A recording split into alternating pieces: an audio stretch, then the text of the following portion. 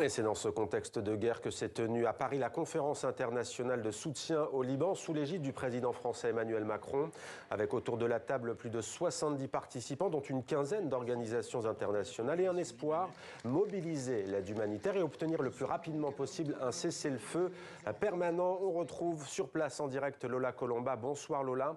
1 milliard de dollars, près d'1 milliard d'euros annoncés pour le Liban au terme de cette conférence de soutien. Vous avez suivi cette journée. Quels ont été les temps forts?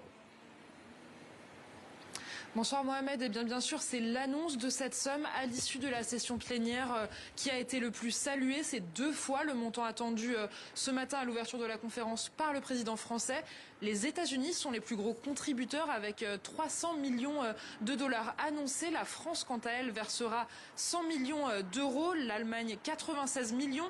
Le Premier ministre libanais était présent aux côtés du ministre français des Affaires étrangères lors d'une conférence de presse. Il a salué cette démarche et a fait part de sa reconnaissance tout en insistant sur la nécessité de mettre fin au combat. Je vous propose de l'écouter. Voici ce que nous, Libanais, attendons de la communauté internationale. Solidarité et cessez-le-feu. Le Liban appelle la communauté internationale à se tenir ensemble et à soutenir les efforts pour mettre fin aux agressions en cours et mettre en œuvre un cessez-le-feu immédiat. Et Lola, comment va être au juste fléché cet argent récolté aujourd'hui ? Alors au total, 800 millions de dollars seront dédiés à de l'aide humanitaire. Rappelons que 800 000 personnes ont été déplacées depuis 1 mois et plus de 1500 personnes ont été tuées. 200 millions de dollars seront quant à eux dédiés à de l'aide apportée à l'armée libanaise afin qu'elle puisse se renforcer dans le sud du pays. Différentes mesures sont envisagées à cet effet, telles que la fourniture d'équipements, mais aussi la formation et le recrutement de soldats. Enfin, le ministre des Affaires étrangères français, Jean-Noël Barrot, a insisté sur la nécessité pour les dirigeants libanais d'élire un nouveau président. Je vous rappelle que ce poste est vacant depuis 2 ans au Liban désormais. Lola Colomba en direct de Paris pour TV5 Monde. Merci Lola, avec vous à la caméra Agnès Naba. Merci à toutes les deux. On poursuit cette page consacrée au Proche-Orient et à cette guerre qui oppose depuis des semaines l'armée israélienne au Hezbollah. On retrouve en direct de Beyrouth, la capitale du Liban, Salah Hijazi. Bonsoir, merci d'être avec nous sur TV5 Monde. Vous êtes journaliste au quotidien francophone L'Orient le Jour. Commençons d'abord par cette conférence de soutien au Liban. Comment est-elle perçue sur place par les Libanais ? Bonsoir à vous. Il faut dire que la somme annoncée à la fin de cette séance a été particulièrement surprenante ici au Liban. Comme vous l'avez dit, c'est plus de 2 fois la somme initialement attendue.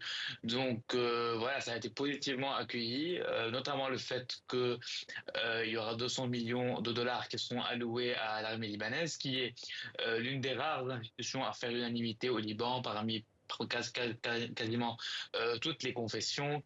Elle inspire la confiance et elle sera probablement amenée à jouer un rôle clé à la fin du conflit en cours. Donc, je pense que nous pouvons dire qu'au Liban, la conférence de paix a été plutôt bien accueillie, surtout, d'autant qu'au début, les gens n'avaient pas vraiment beaucoup d'espoir, ni en ce qui concerne la somme qui sera décidée, ni en ce qui concerne les débouchés diplomatiques et la potentielle contribution de cette conférence à la conclusion d'un cessez-le-feu. Mais voilà. Je pense que les résultats ont été plutôt positifs. Et voilà pour le volet diplomatique. Sur le front militaire, quelle est la situation ? On imagine que les Libanais dans la capitale retiennent leur souffle, comme chaque soir désormais ? Oui, mais malheureusement, les nuits à Beyrouth sont devenues synonymes de terreur et d'attente. Les Libanais passent la majeure partie de leur début de soirée à attendre les fameux avertissements du porte-parole de l'armée israélienne, Avichai Adraï, qui annonce en général au début de la nuit le début des frappes. Quand il tarde à faire ces annonces, ça amplifie souvent la panique plutôt qu'autre chose. Hier, c'était une nuit particulièrement violente avec des attaques non annoncées. Donc, qui seraient probablement soit des tentatives d'assassinat, soit des frappes contre des bureaux. C'est le cas notamment avec la chaîne Al Mayadeen, qui est une chaîne pro-iranienne.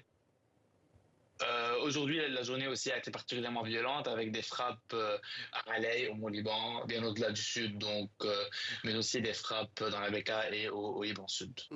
Salah Hijazi, j'aimerais revenir avec vous aussi sur ce qui s'est passé dans la ville de Tyr. Vous, à L'Orient le Jour, vous écrivez attaque sans précédent qui s'inscrit dans le cadre de pression sur le président du Parlement libanais, Nabi Berri, qui, comme le veut la constitution libanaise, appartient à la confession chiite. Il n'est pas membre du Hezbollah, mais d'un autre mouvement chiite. Il en est le patron, c'est le mouvement Amal. Pourquoi ces pressions ?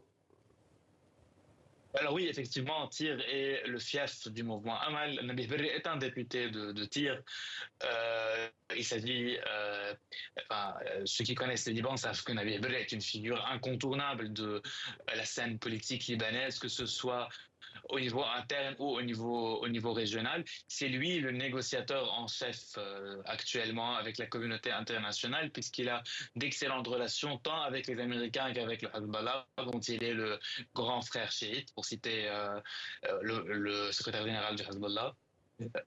Donc voilà, mais il y a quelques jours, l'émissaire américain et médiateur principal de la communauté internationale, Amos Hochstein, se trouvait au Liban et s'est entretenu avec Nabi Berri, qui a transmis le refus libanais de toute modification de la résolution 1701, qui a mis fin à la guerre de 2006, et qui, selon le Liban, doit être la pierre angulaire de toute résolution diplomatique, mais qui, selon Israël, ne suffit pas à garantir la stabilité et la sécurité au nord d'Israël. Merci. Et ouais. Oui. Merci, on terminera donc sur cette résolution et cette information. Merci à vous d'avoir été avec nous en direct de Beyrouth, Salah Hijazi de L'Orient le Jour.